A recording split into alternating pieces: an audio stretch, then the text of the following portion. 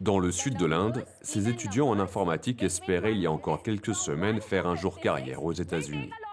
Un rêve stoppé net par la récente décision de Donald Trump de porter à 100 000 $ le prix du visa H1B. C'est une grande déception.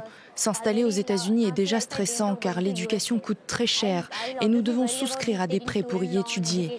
Désormais, le visa est hors de prix, sans même avoir la garantie de l'obtenir après avoir déposé notre demande. En 2023, les étudiants indiens représentaient à eux seuls 70% des 400 000 visas H1B émis par les États-Unis. Ces visas de travail sont généralement financés par les entreprises américaines elles-mêmes pour embaucher des étrangers dans des secteurs de pointe tels que la médecine, l'ingénierie ou encore l'informatique. Face à l'incertitude de pouvoir travailler ou poursuivre des études supérieures aux États-Unis, de plus en plus de jeunes diplômés se tournent vers d'autres pays, et notamment vers l'Europe.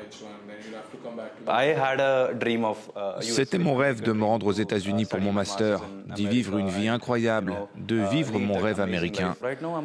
Désormais, je me renseigne pour m'installer aux Pays-Bas. Il y a de bonnes opportunités et ils ont des universités parmi les meilleures au monde.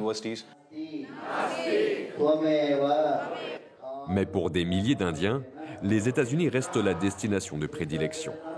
Ce temple hindou est devenu un lieu de pèlerinage pour celles et ceux qui ont obtenu un visa par le passé et qui espèrent en avoir un nouveau.